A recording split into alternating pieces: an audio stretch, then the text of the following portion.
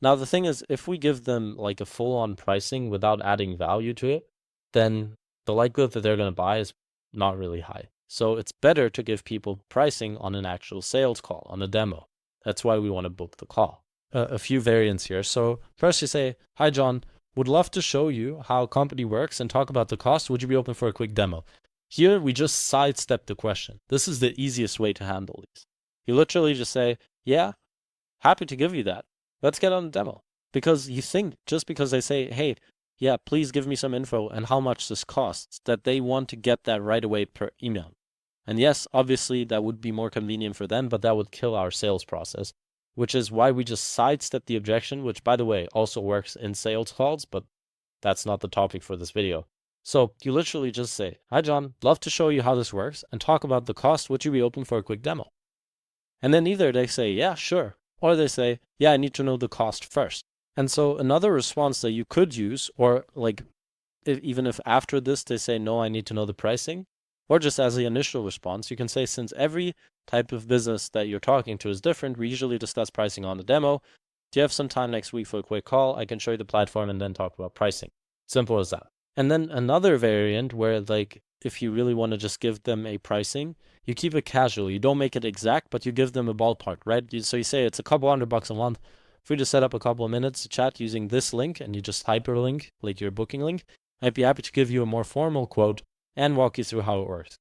Pretty much everyone's going to say yes. So it's because you gave them some sort of answer and you set up, "Hey, like, here's a link. It's extremely convenient, and I can give you a more formal thing," which is what they want. So you can use these three like in a sequence, or you can just use one of these right away, see what happens, test it according to your market. All right. That's the same thing. You can take the principles and the frameworks out of this and just apply it to like things you can just write on your own when you actually get the response personalized to the prospect. All right.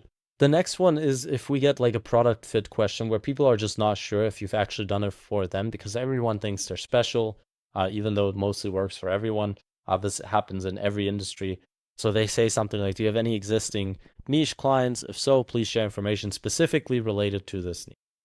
And this niche is going to be whatever they are, usually. All right. To which you can respond in a very simple and straightforward way. We take the rules, we get to the point really fast, and we keep it short and human. We just say, "Hey, John, we do work with a niche." And then you ask the open question, "Thanks." And when I say open question, I mean the ones we covered earlier. Like some sort of, "How are you currently handling this? How do you manage to get this result? What software does your type of business use?" Something like that, right? So, "Hi, John, we do work with niche. How are you currently dealing with issue? Thanks." Very simple. This is a human response. Like, this is not salesy at all. This is why it works. Internal referral just means like they say, "Yeah, I'm not the right person, but this might be interesting for this person." A lot of people overcomplicate this, forward emails, do this, do that. You can just call up the person and then leave a voicemail, which works very great. And you mention the person who referred you.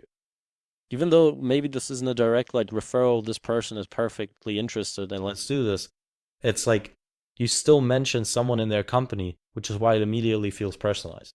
Okay? You can just say to the referrer, "My team left a message for John this afternoon. Feel free to send over John's email if you don't have it already. We'd be happy to coordinate a time to chat with her for a few minutes, or him, whatever, and learn more about the business." Again, very simple. And for John specifically, you just send him an email, say, "Hey, Sarah told me that this might be relevant for you," and then you just send the original cold email that you sent with the offer and an ask.